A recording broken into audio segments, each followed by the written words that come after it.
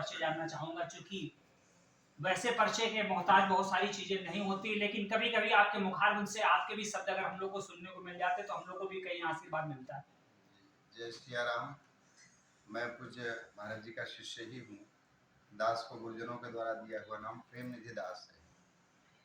महाराज जी के दिशा निर्देश में चल करके संपूर्ण भारतवर्ष में सनातन की ध्वजा फहराने का कार्य कथा यज्ञ के माध्यम से जो महाराज जी का पावन संकल्प है, उसके लिए हम लोग समर्पित हैं तन मन प्राण से। बात यहाँ सनातन की हो रही है। सनातन शब्द परमात्मा का पर्यायवाची है। सनातन किसे कहते हैं? बोले जिसका न आदि है न अंत है, वो सनातन है। और सनातन ही एकमात्र धर्म है। वास्तविकता तो यह है, बाकी सब मत पंथ और मजहब है, विचारधाराएं हैं, समय समय पर आती है, लुप्त हो जाती है। जैसे अग्नि को जलती हुई अग्नि से अग्नि के स्फुलिंग प्रकट होते हैं, वैसे ही अनेक मत पंथ मजहब सनातन धर्म से चिंगारियों की तरफ प्रकट होकर के बुझ जाते हैं कुछ काल के बाद।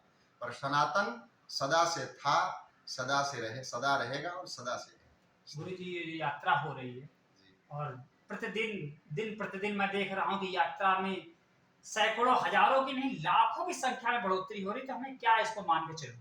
निश्चित रूप से बागेश्वर धाम के जो पीठाधिपति हैं आचार्य श्री धीरेन्द्र कृष्ण शास्त्री जी, पूज्य महाराज जी के गुरुदेव के भी परम लाडले हैं, खूब स्नेह करते, खूब आदर। महाराज जी का भी खूब आशीर्वाद है और ऐसे हजारों संतों का आशीर्वाद प्राप्त है।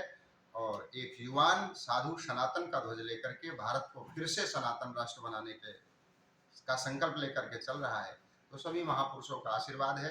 और निश्चित रूप से जो वो श्रम कर रहे हैं वो अभिनंदनीय है, वंदनीय है, प्रणम्य है, आदरणीय है। और उनके इस संकल्प में 100 करोड़ सनातनी, 100 करोड़ ही क्यों कहें, 150 करोड़ हिंदू जो कि पूरे विश्व में फैले हुए हैं, सभी सनातनियों की शुभकामना उनके साथ है, सबके हृदय का आशीर्वाद उनके साथ है, सबका आत्मबल उनके साथ है।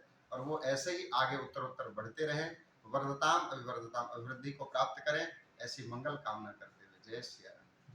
है कि छोटी सी छोटी वस्तु कब अपना एक नया और विकराल रूप धारण कर लेती है, कब वो पूरी समाहित हो जाती है, क्योंकि बूंद बूंद से ही तो घड़ा भरता है। तो जब एक एक सनातनी घर से निकलेगा, सोच रखेगा अपने संस्कारों की, अपनी संस्कृति की, तो निश्चित भारत को विश्व गुरु बनने में अब कोई भी नहीं रोक सकता है। और इसी कड़ी में हम आपके पास लेकर चलते हैं युवा कथा वाचक, जो यूके, इंडिया और अमेरिका तक उनकी कथाएं प्रसिद्ध हैं, उनको लोग सुनना चाहते हैं, उनके भी विचार हम लोग जानने का प्रयास करेंगे। बने रहें प्रो इंडिया टीवी न्यूज पर।